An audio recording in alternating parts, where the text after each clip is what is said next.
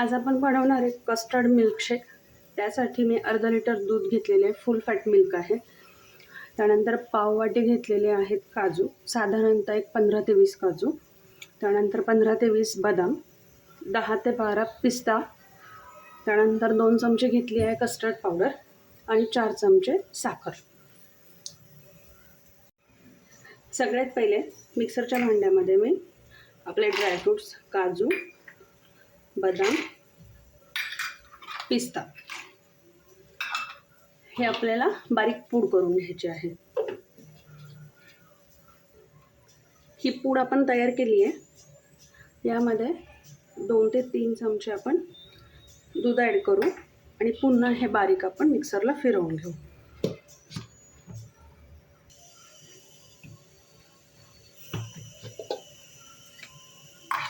त्याची छान पेस्ट तयार झाली आहे.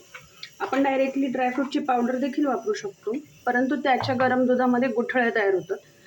पेस्ट वापरली तर ते मिक्स इझिली होऊन जातं. अर्धा लिटर दूध आपण उकळायला ठेवलेलं आहे. हे व्यवस्थित एक 5 ते 7 मिनिट आपल्याला उकळून घ्यायचं आहे.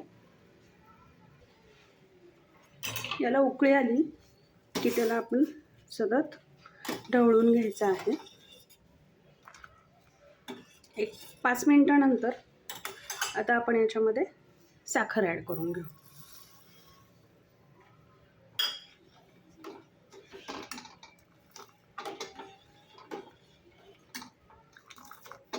साखर व्यवस्थित विरघळून घ्यायची आहे. आता यामध्ये आपण जी ड्रायफ्रूट्सची पेस्ट केली होती ती टाकून घेऊ.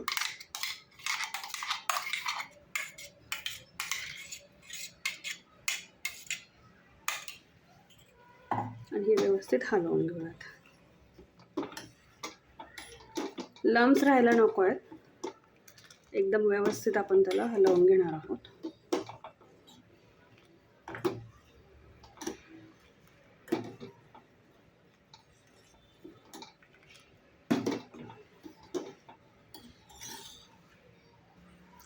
आता ही आपली जी कस्टर्ड पावडर आहे याच्यामध्ये आपण एक 2 ते 3 चमचे कोमट दूध घालून घ्यायचं आहे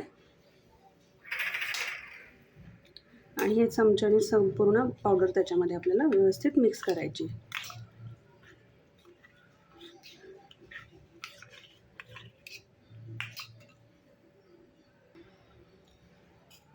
ही जी कस्टर्ड पावडर आपण मिक्स केली आहे आपण हे आपल्या दुधामध्ये ॲड करून घेऊ आणि आता याला 5 मिनटं उकळी घ्यायची आपल्याला. मग याला जरा जो ह्याचा टेक्स्चर होता तो थिकनेस यायला चालू होतो. तुम्ही पाहू शकता हे मिक्सचर आता थोडंसं घट्ट झालेलं आहे आणि टेक्स्चरही खूप छान आलं आहे. कलर व्यवस्थित आलेला आहे याला.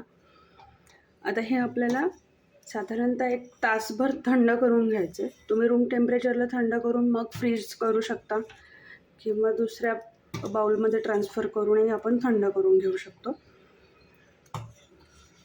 आता ह्याला आपण थंड करून घेऊया आणि मग गार्निश करूया. आपला कस्टर्ड मिल्कशेक तयार आहे. आता आपण ह्याला ग्लासमध्ये घेऊया.